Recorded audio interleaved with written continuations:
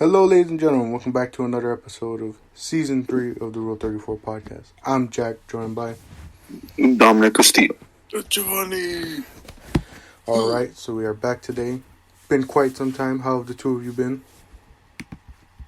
I have been pretty okay so far.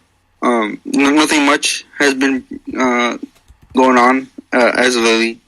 School is okay. Work has been a little scarce, but recently it has been pretty intense with the Lakers versus the Golden State Warriors going at it. And we took that we took it head on in terms of the work, and with an intense amount of orders and rapid pace and movement, and constantly sending out orders, back and forth. It's pretty quick, but we survived. Gio and I made it through, and yeah, man, life's great with the inclusion of the pay raise too, which is even better. Aside from that, it's been pretty slow. Not gonna lie. School is definitely getting a little bit more difficult, but I'm still hanging in there. And nothing much out of the ordinary as of lately. All right. What Ready, about Pog. Life has been amazing recently.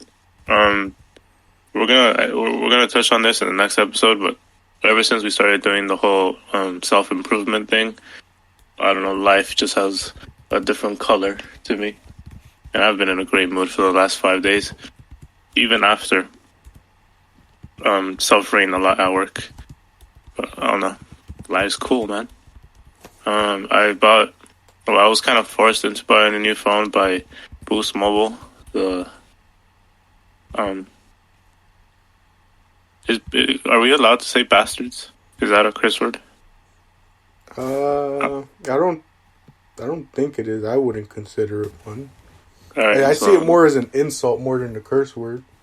Yeah, so Boost Mobile, the bastards. After literally like a decade with them, they didn't want to let go of my phone. It was still locked to their network system, whatever. So I had to buy a new phone, and it was supposed to get here yesterday, but there was a problem with transit or whatever, and it's coming in today. I'm hyped about it. It's the Samsung Galaxy A54. It's supposed to be the new behemoth in the mid-range. So I'm excited for it. What else?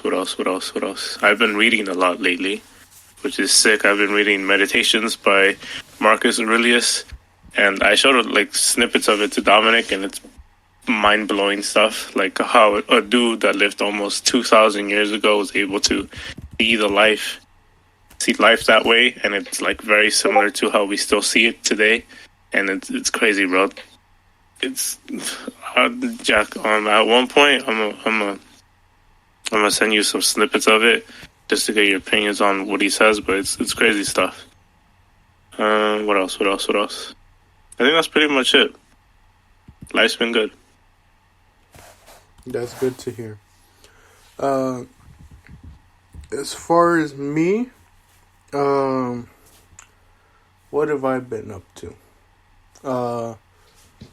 Well, last week, I'm trying to remember. So I know it wasn't recent. Like I don't know if I ever talked about it on the podcast though. But so I had a secondary phone that was basically just sort of used for storage reasons, because the main phone that I have, it just didn't have enough space for me to have stuff like photos and even apps, it would get to a point where it was oh, you're running out of space, you need to delete either some photos, some apps or whatever. And part of that is because of the amount of music I have. But so I ended up getting the secondary phone, and using it for storage, and then I started using it to make the thumbnails that I would use for a lot of my videos. And then that phone ended up messing up out of nowhere. Took it to Apple, and they basically told me that they can't do anything because it's an internal issue, and they only really work with like replacing stuff, you know, like taking something out and putting back in, not actually like going into like the details of it. So they recommended me a place to see. I still need to like look into the place and see how much it would cost to get the phone back working. If it's like too much of an expense, there's no way I'm gonna do it for just a backup phone, you know. But so I had to. Luckily, a lot of the thumbnails I made were backed up to my Google Photos, but there was some that weren't, sadly.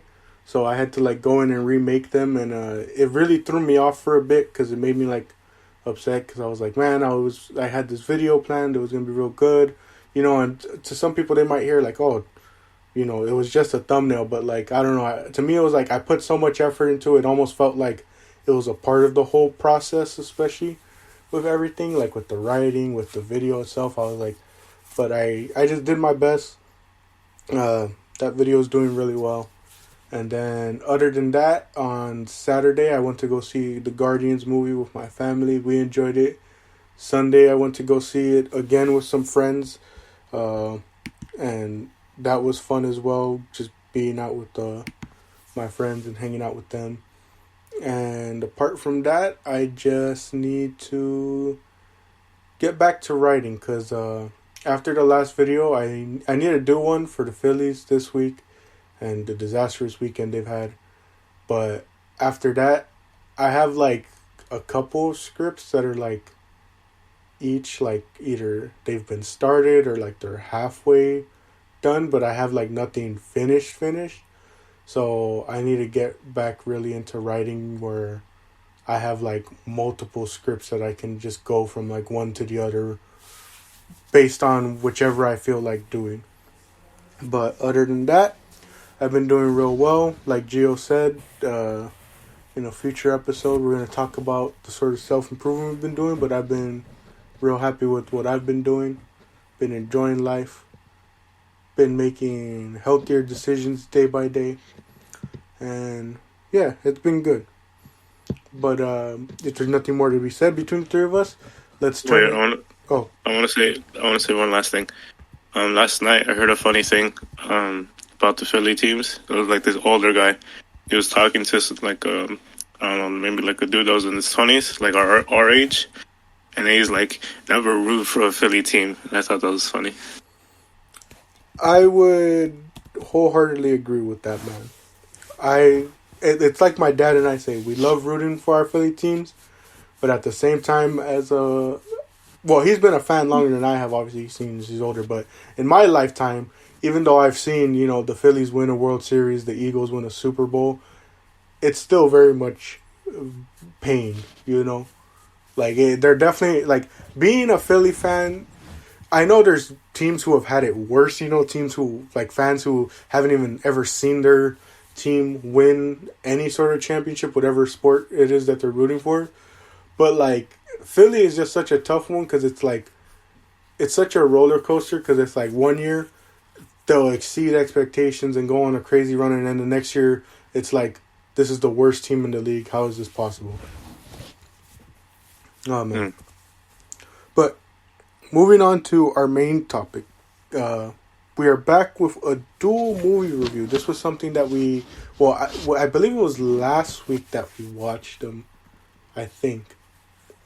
Or I don't know. But, so basically, a while back, Dominic and I heard of these movies that were going to be released where, depending on the order you watch them, you sort of get a different story out of it. But for the longest time, that's all we heard was about, oh, these movies are going to happen. Well, we never heard they were released.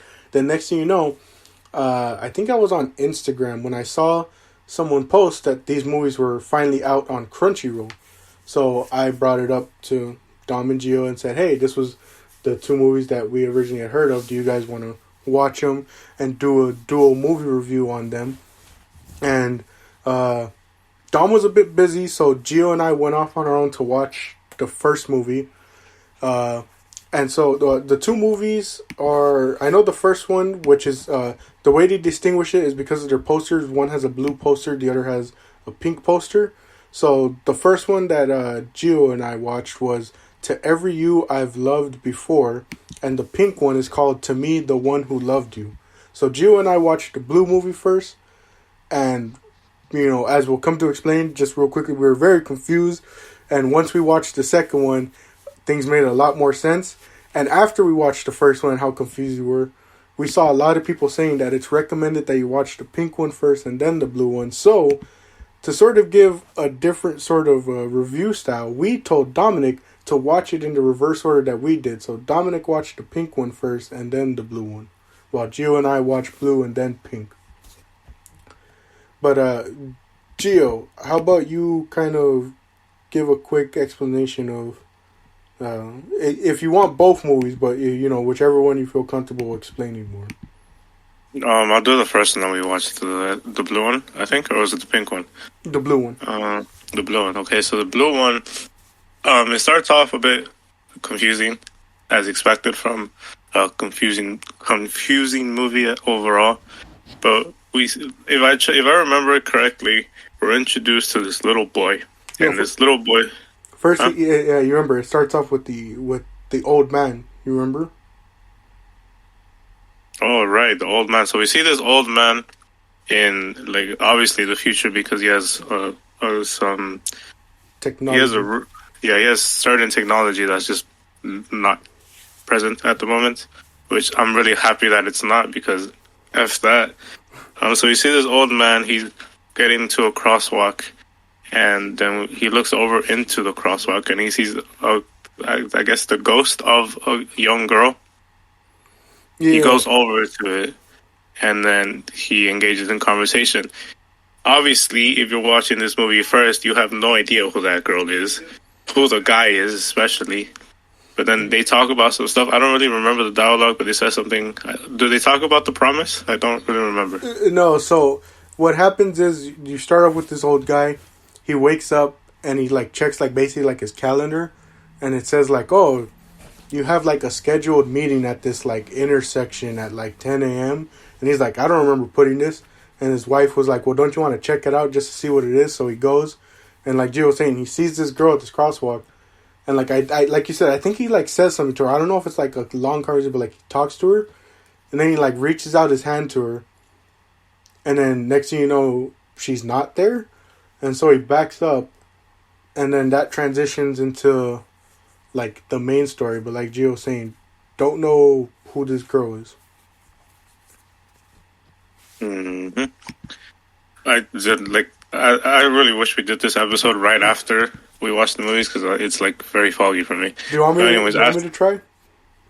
Just fill in the parts that I missed. So right. I think after that it cuts us to the little boy, who starts telling us about his life, and how at the age of 7 is when he had to make his first major decision, and it was either to live with his mom or to live with his dad, and well, the parents are obviously divorcing.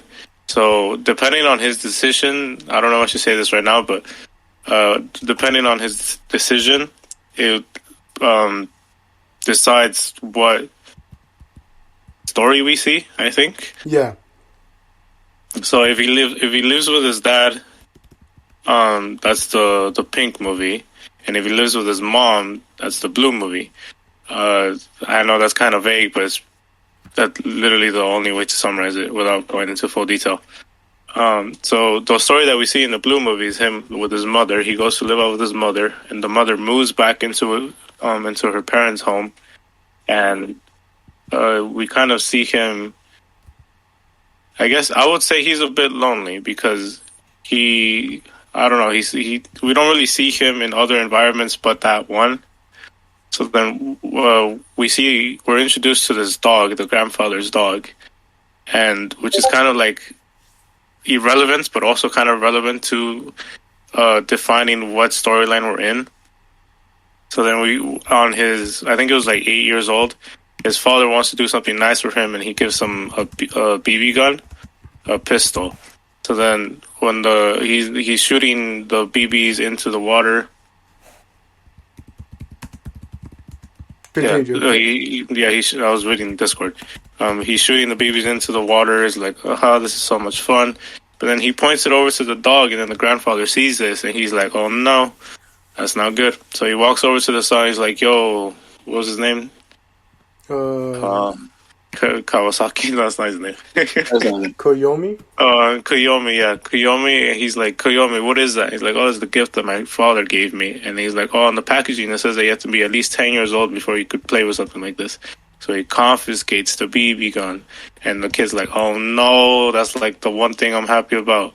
So then he's like, "Oh, I'm never." Then the mother comes out, and then the kid's like, "Oh, I'm never gonna talk to Grandpa ever again. He's mean to me." Blah blah blah. You know, typical child uh, emotions. And then the very dramatic thing happens. The grandfather passes away in this movie. So the kid's obviously feeling remorseful because he had a fight with his grandpa and he didn't really mean it, but now he's dead and he can't really talk to him anymore. He can't apologize. You know, the very the cliche thing of you should be careful what you say to people because you never know when it'll be the last time you see them. And then what happens that makes him jump timeline?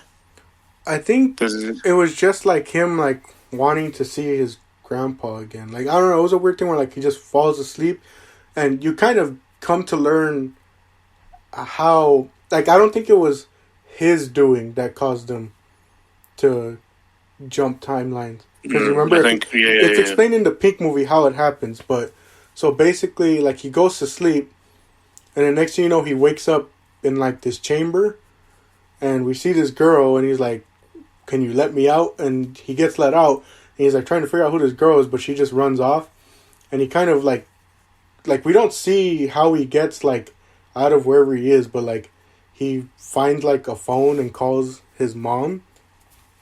And his mom picks him up and takes him to their house. But you kind of notice that like something's off because like she's kind of making it seem like it's like a rarity that he knew her phone number, that he called her to come pick him up. And so she takes him home, and that's when he notices his grandpa is alive. But the grandpa's like, "Oh, do you want to come with me to feed the dog?" And that's when we come to see that the dog this time is dead. And I remember now. Thank you, Don, for bringing this up, or your message for this.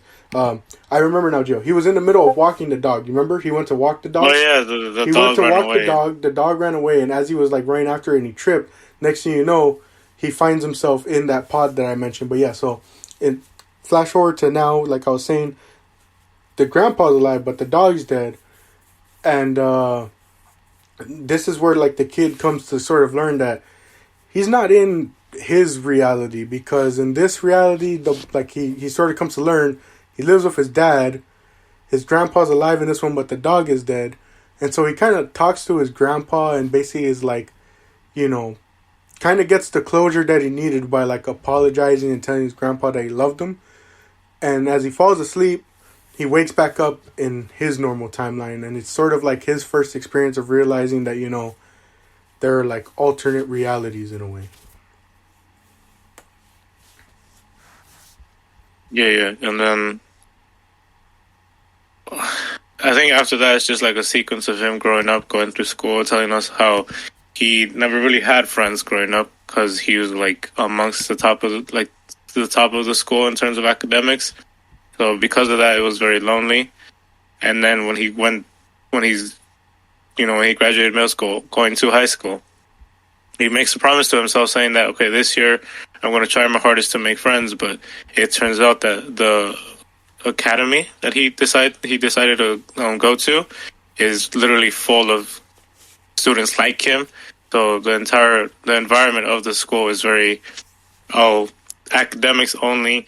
Everyone's kind of like in their own thing, and then it's pretty much like that. So he's kind of confused until he runs into the female lead, Kazune, who out of nowhere, as he's leaving class, stops him and says, like she acts very familiar with him, like if they've known each other for a long time. And then he's very confused because he's never spoken to this girl in his life. So then the girl's like, "Oh, follow me, we're going to go somewhere." So then they leave school, they get on their bikes. She takes them to a karaoke bar and then after a very no, that's after. That's when the Riz doesn't happen. So then the girl tries to explain to him what's going on, how she's part of a different timeline. And the way that she proves this is by using like a watch that shows 85.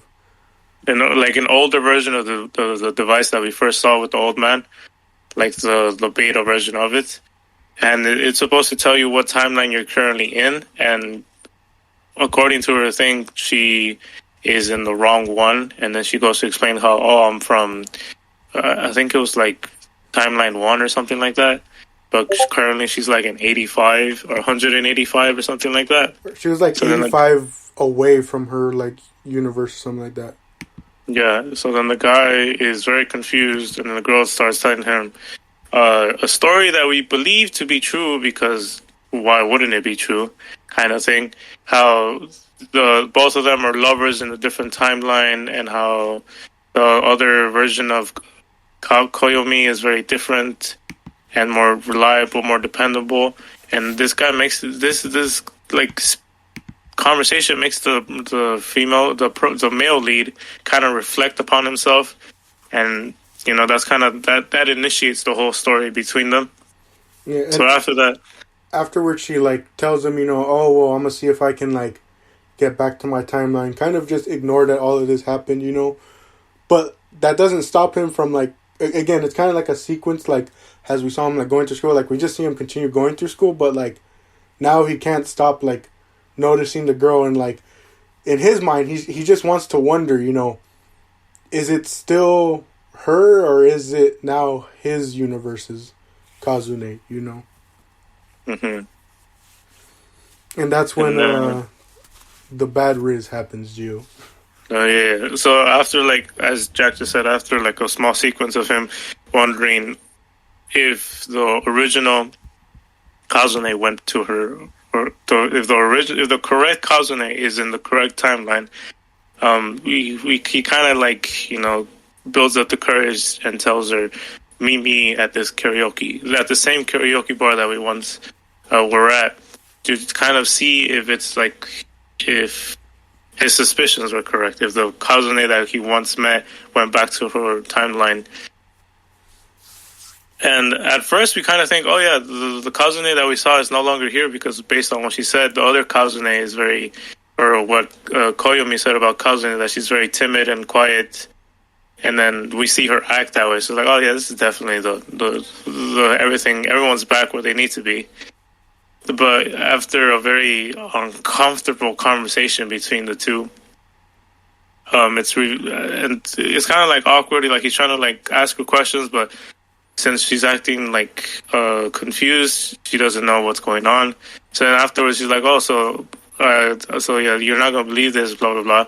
But apparently, we're lovers in a different universe or a different timeline. It's like, oh, maybe we should be friends. He's like that awkward Riz, that Dominic Riz. And then after that, she starts laughing. Like she falls to her knees. She falls on the ground laughing, and we're like confused. Like, oh, why is? I mean, yeah, it was very embarrassing, but it's like, come on, don't laugh at the guy. He's trying. It's revealed that the Kazune was always the same Kazune as before. She was just lying to him.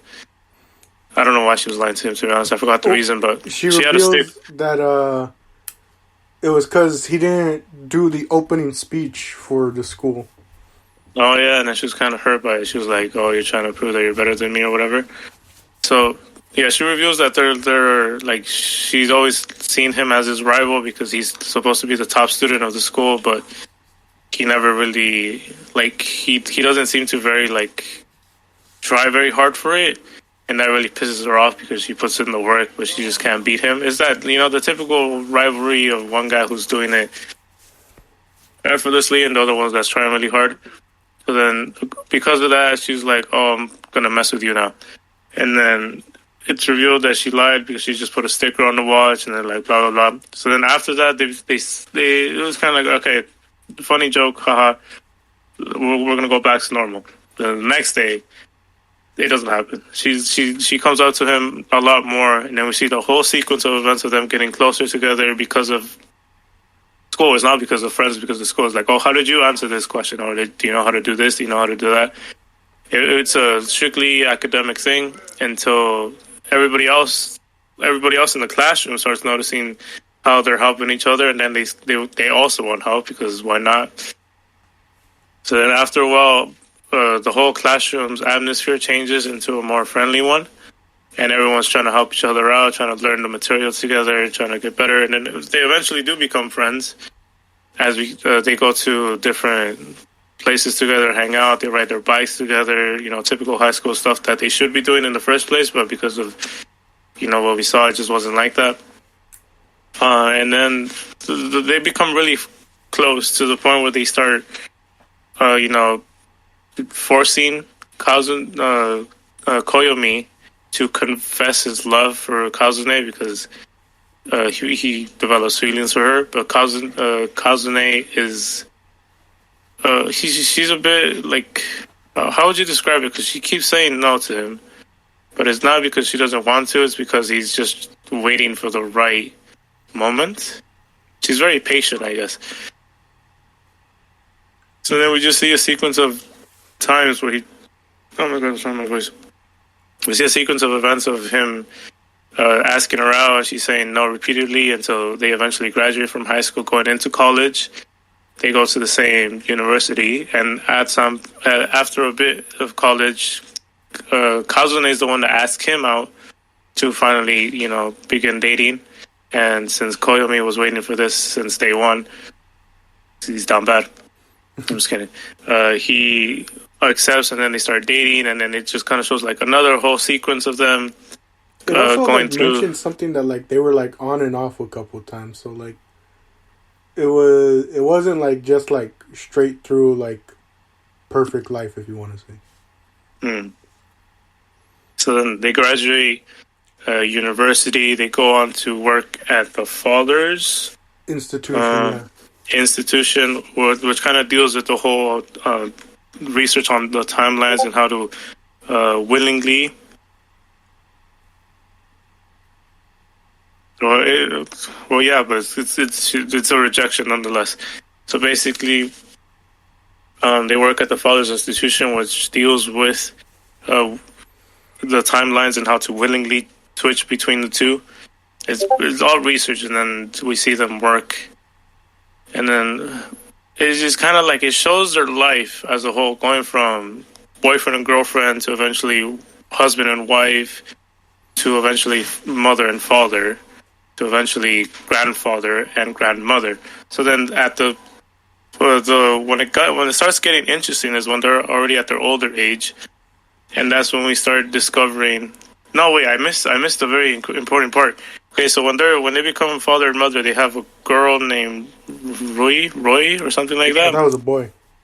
It was a girl.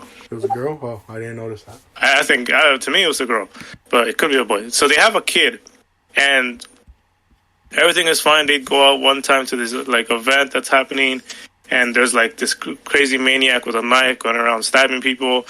And what we see is the maniac run to the kid. The kid falls, and then we see blood. That's all we see. And then the jump cuts. It doesn't. It just cuts. I think they're at home. No, they were at the hospital first. Remember? Because they showed the kid in the hospital, didn't they? Or did they just show them putting him to bed? I don't remember. I think, from what I remember, he was already in bed. So we cut to a different shot of them at home, from what I remember, and the kid is in bed safe. The parents are both relieved that the kid is not dead. So we think, oh, everything is fine.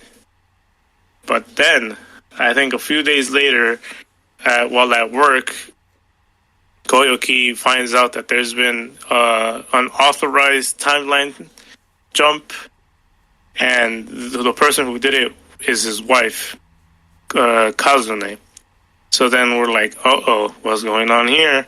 And then he rushes home, because according to what they said, whenever someone jumps between timelines, it could do irreparable damage to society, blah, blah, blah. Not that we ever see it, but... So he needs to fix the issue as soon as possible. He rushes home. He checks the cameras to see where they've been. he eventually finds them, and we see Kazune with the kid, and we know that that's not Kazune, the Kazune that we know. So then, after a very emotional discussion between the two, it is revealed. It's revealed that Kazune is actually from the original shot that we saw with the crazy lunatic attacking the kid. So in her timeline, her kid did not survive the attack. So in desperation, she decided to jump timelines and just to be with the kid again, which is very understandable. It's a very traumatic experience to have. She obviously wants her kid back. So then after, a very wholesome interaction, in my opinion, she she realizes that this isn't a solution to the problem, and she has to go back. So then she willingly goes back. Rui, or whatever, how do you ever pronounce her name, gives her a painting or a drawing that he made, or she made. Oh, they made. By the way, I just totally remembered this. This was something we forgot. So he was already, what's it called? Koyumi was kind of already suspicious from the start that that wasn't his Kazune. And the reason why he's suspicious, or if you want to say on edge a bit when it comes to this whole timeline shifting, which who wouldn't be, is because we forgot to mention this. I think it was the night he proposed, I think it was. Or I don't know, but there was a scene where they showed where him and Kazune were sitting out on the benches, and she's like, "Oh wait, where's my bag? I thought I put my bag over here." And he looks and he sees on her watch that she shifted timelines real quickly, so that wasn't his Kazune, and then it comes back to normal, and so it kind of gets him worried from that point, is the Kazune that I'm seeing every day the one that I've fallen in love with, or is this a different Kazune, whatever. And so when they get married, they both don't wear the watch because they're basically essentially saying we're not gonna worry about whether this is us or not, So that goes into this where he was already kind of suspicious after the event that that wasn't Kazune, and that ends up getting proven when the lab tells him, "Oh, you're being targeted by a manual shift, And I don't know if I maybe misheard or misinterpreted, but I thought I heard them say something that because as a result of this shift, they don't know if Kazune will 100% be herself, the one that he knew, but I don't know, from what we see, she's pretty normal and her usual self, I don't know. Like Gio said, it's kind of tough because we watched these movies a while ago. We should have really done it after we watched them, but that happens. Okay, so one thing that I missed during the conversation of between Koyoki and Kazune when they're talking about, oh, you can't stay in this timeline. She said something to that of Toyoki. What's his name? I literally just said his name. Koyomi. That her Koyomi would not love her anymore because she tried to escape or whatever. And then this is the whole point of the movie, where he says that, oh, every version of me will always love you. And he says that, which is that's the whole connection to the film. But then afterwards, it's even the connection is even bigger. So, okay, at this point of the movie, this is where it gets really confusing.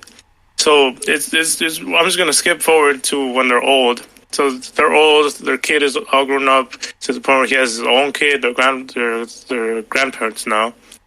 And then towards the end of his life, he's kind of feeling. He's having a lot of complicated feelings about being a burden to Kazune. And then I have no idea what happens after that, bro. Kazune is seen reading this letter where basically an alter or another reality of her is basically explaining what's happening in their universe. And so she basically explains that in her universe, Koyumi lived with his dad. And there was I don't know if like they fully explain it in this part, but like basically they were trying to they were developing something different than what they were in this universe. In this universe where he lived with his mom and went to work with his dad, what's it called?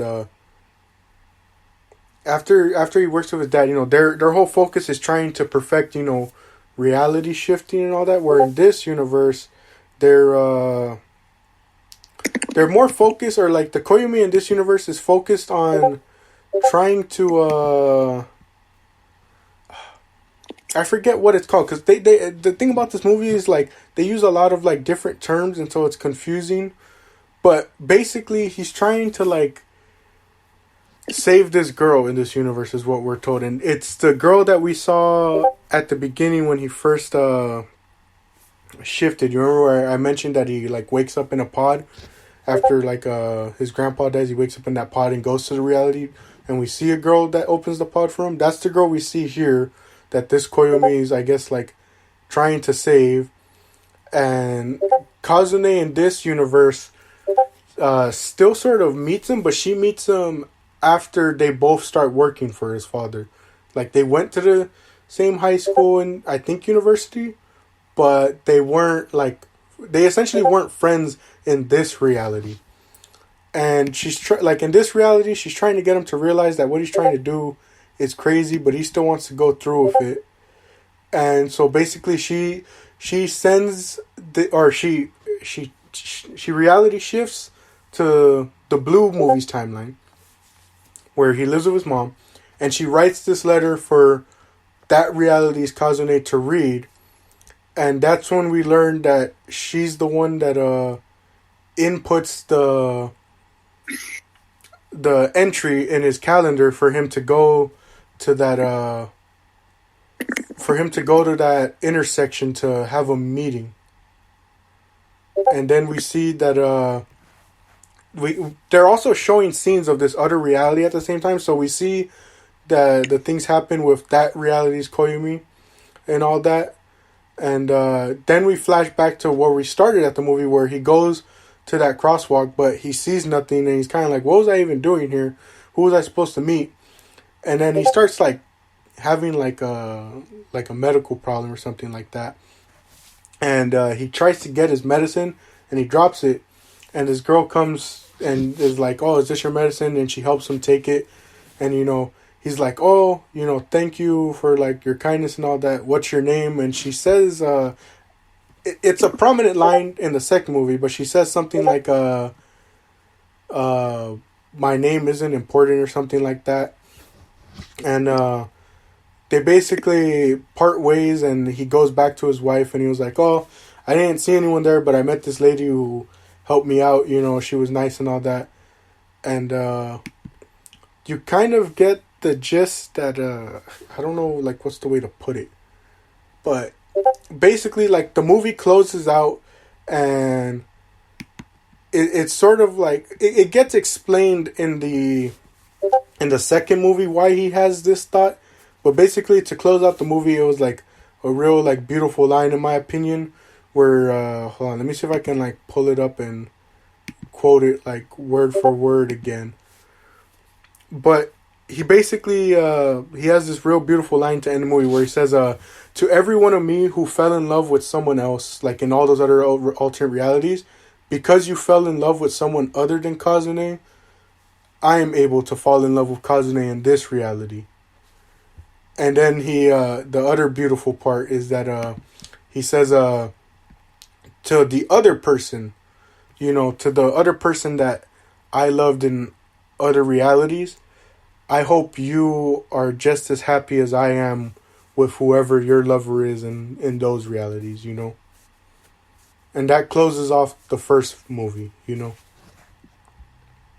It's very difficult to summarize a movie that's 2 hours and 40 minutes long in as fast as possible without skipping out on important details. But this is just basically a rough summary and review, essentially. Yeah. But so, what did you guys think of that movie, the first one, the blue one? Well, obviously Dominic's gonna have a different opinion because of the order he watched it in. But analyzing it on its own first, what did you guys think? I thought it was very heartbreaking stuff. I didn't the part where the kid dies and we see that was kind of sad. But the thing that really got to me about the movie was the whole seeing this guy's life and how quickly it went by, which could be very like it's supposed to represent how life itself goes by faster than you think and all of that. But I was very sad just because I have a thing about death that I'm like death makes me very uncomfortable.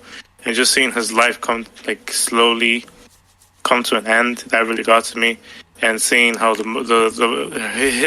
went from just a little boy who had grandparents to an adult who eventually lost his mother and his grandmother to then being a grandfather. And it's literally I don't know, it got to me more than it should have.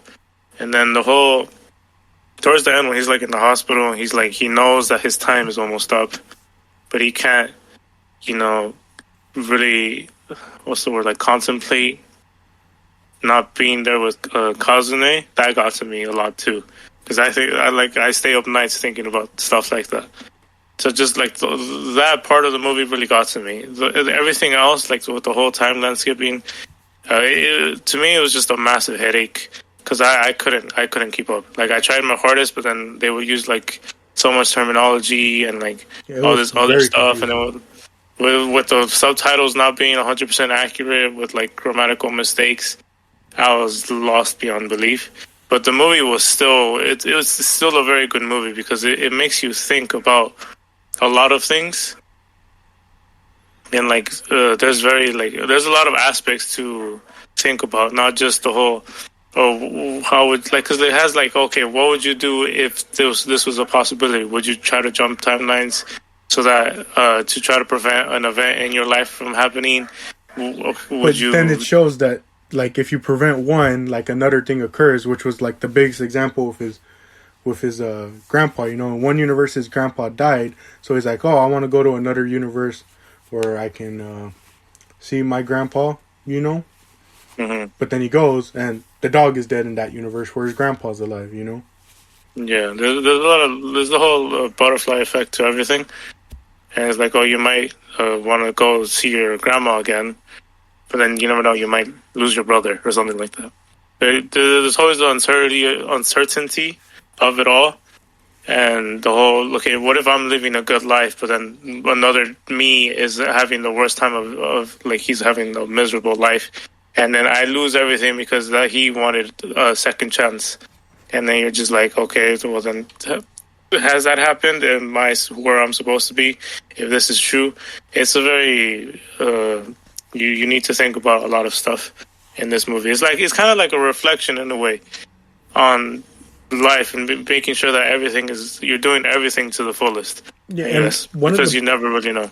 Yeah, and one of the biggest things I got away from it was dude, I would hate to live in a place like that because while people think it would be cool to jump realities, it's mostly everyone would probably end up being like Koyumi at that one point where you're just stuck wondering, are these the same people I've been living my whole life with, you would be in constant fear. You would look at your own mother and father and be like, is this my universe's mother and father, or has someone jumped realities, I guess the one funny thing that could happen, just imagine us in high school and then every day we're just is that the same Dominic from yesterday? And then we just try to find the imposter. That would be really funny, but also really scary because what if the other Dominic never comes back? Yeah. And then what if the other Dominic is better in a way? I don't know. It's just it's hard to know what will be. Yeah. All right, but with that being said, with about 40 seconds left, we're going to do a part 2 because obviously we still have the Pink movie to talk in. We're going to make things go quicker, we're going to kind of quickly recap that one, especially because, like we said, it clears up a lot of what happened in this one, so it should be quicker to recap. Hopefully Dom gets to talk more because we didn't even get to hear what his opinions were on the Blue movie. Maybe we'll start the episode that way, but thank you for tuning in this one. Tune into the second one where, again, we're going to talk about the Pink movie and how the movies sort of play into one another, and especially our experience of watching them in different orders.